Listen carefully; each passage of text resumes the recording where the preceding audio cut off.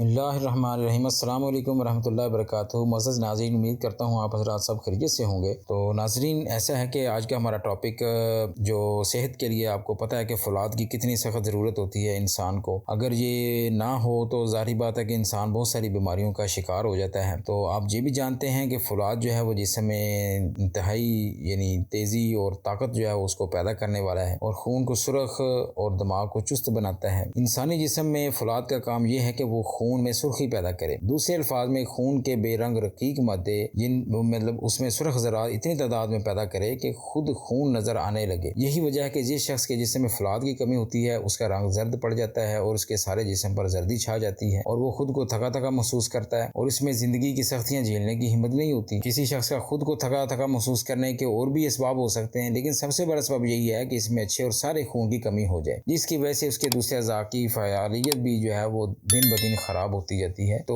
اس سلسلے میں آپ کو آپ کی خدمت میں یہ بتانے لگا ہوں کہ فولاد جو ہے وہ کن چیزوں سے اور کون سی غذاؤں سے حاصل کیا جا سکتا ہے۔ تو ناظرین، جیسا کہ جانتے ہیں کہ اللہ تعالیٰ نے جو بھی چیزیں پیدا کی ان سب کے اپنے اپنے خواص ہیں، فوائد ہیں، لیکن جو سب سے زیادہ جن میں فولاد جو ہے وہ پایا جاتا ہے وہ آپ کو میں آپ کی خدمت میں بتانے لگا ہوں کہ ایک تو گڑ جو ہے، شکر جس کو بولتے ہیں، اس کے اندر بہت زیادہ فولاد ہوتا ہے، اور اسی طرح اخروٹ جو ہے اس کے اندر بہت زیادہ فولاد پایا جاتا ہے، اور اسی طرح مونگ پھلی اور بادام، اور اسی طرح جتنی بھی سبز ترکاریاں جتنی بھی ہیں ان سب میں جو ہے وہ جو ہے مطلب فولاد کا بہت زیادہ کردار ہے، اور وہ اس میں بہت بے شمار یعنی تعداد میں پایا جاتا ہے۔ اور اگر مونگ پھلی سے تیار شدہ مٹھائیوں میں چینی کی جگہ گڑ یعنی شکر کو استعمال کیا جائے تو اس سے فولاد اور تانبے کا جو ہے وہ بہت زیادہ اضافہ ہو سکتا ہے۔ اور روٹی بھی ایسے اناج کی کھانی چاہیے جس میں بھوسی چوکر موجود ہو، اور دالیں بھی ثابت کھانی چاہیے۔ غذا میں جتنا فولاد ہوتا ہے وہ پورے کا پورا ہی خون میں نہیں مل جاتا، اس کا صرف نصف حصہ ہاضمہ کے دوران بچتا ہے اور خون میں شامل ہو جاتا ہے۔ اس لیے خون اور ہڈیوں کے گردے میں فولاد نہ پہنچے تو بھی غذا میں کثرت کے ساتھ موجود ہونے کے باوجود کمی خون کی شکایت پیدا ہو سکتی ہے۔ اسی وجہ سے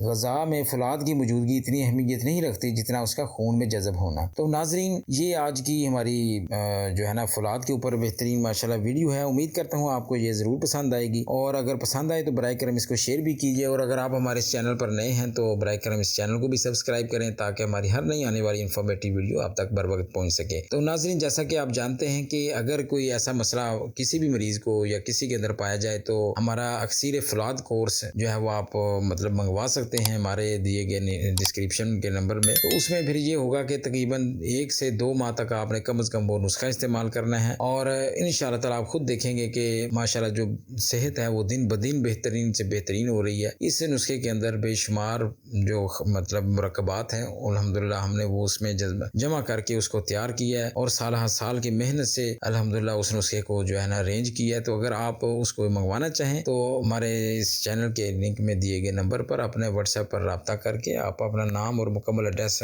جو ہے وہ بتا دیں، اور یا مطلب واٹس ایپ کر سکتے ہیں، تو انشاءاللہ تعالیٰ 3 یا 4 دن کے اندر پوسٹ مین خود آپ کے پاس آئے گا اور وہ آپ کو یا آپ کا پارسل دے کر آپ سے اس کی جو بھی ہدیہ ہے وہ لے لے گا۔ ٹھیک ہے، جزاک اللہ۔ السلام علیکم ورحمۃ اللہ وبرکاتہ۔ ہر قسم کی دینی، اصلاحی، تربیتی اور شعر و شاعری پر مشتمل بہترین پوسٹس اور ویڈیوز دیکھنے کے لیے اس چینل کو بھی سبسکرائب کریں۔ اصلاحی پوسٹ آفیشیل۔ اس کے ساتھ ہی اپنے میزبان ڈاکٹر میں بٹی کو اجازت دیجیے۔ انشاءاللہ ایک اور بہترین ٹاپک پر آپ کی دوبارہ خدمت میں حاضر ہوتا ہوں، تب تک کے لیے اجازت۔ اللہ حافظ۔